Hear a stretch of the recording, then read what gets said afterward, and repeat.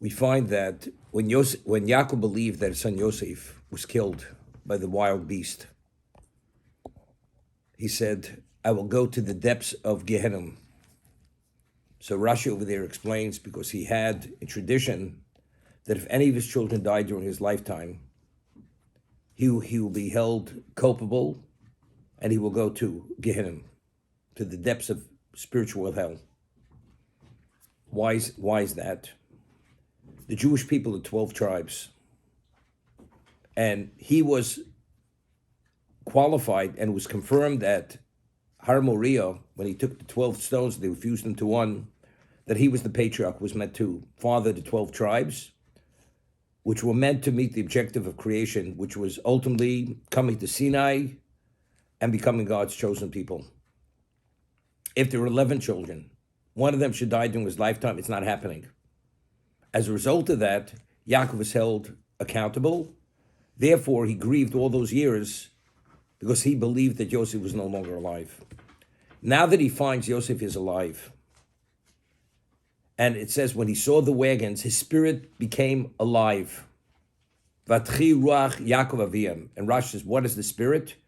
Nevuah, prophecy, returned to him at that moment. Why?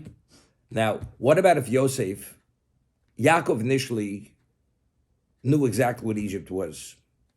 The Gemara tells us that if Yosef wouldn't have been sold into slavery, they would have to take Yaakov in shackles to Egypt. He wouldn't have gone. He would have. Why? Yaakov, knowing exactly what Egypt was, it was the abyss of impurity. He wasn't going there. He would have had to be forced to go there. Because Yosef was there, that's why he went with glory. As it says, when he came to Egypt, the greatest honor that was afforded to a human being in the history of the world, Yaakov was one of those people. Yosef the viceroy, when he came out to greet him, don't you think all the ministers of Pharaoh's court came out to greet him? And if the ministers came out, all the next echelon came out. And if they came out, that means all Egypt came out to greet Yaakov. Yaakov received the greatest honor when he came to Egypt. Okay?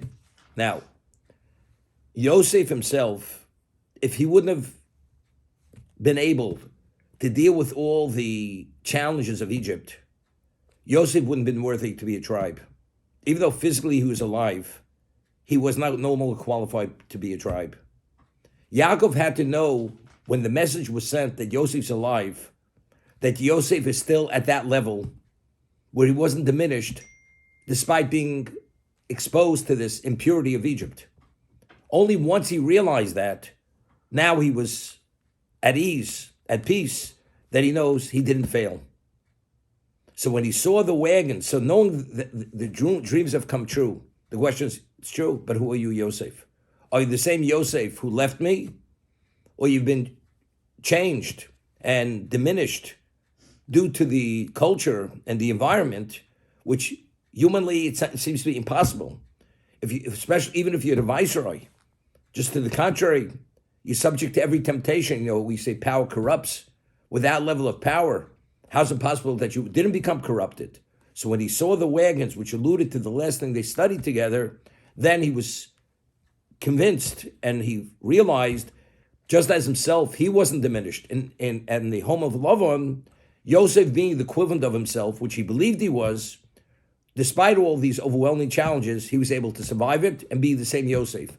And therefore, it was the Vatchi Ruach Yaakov, his spirit returned, and the prophecy returned to him, and that's why it wasn't sufficient to know that the dreams actually came to fruition.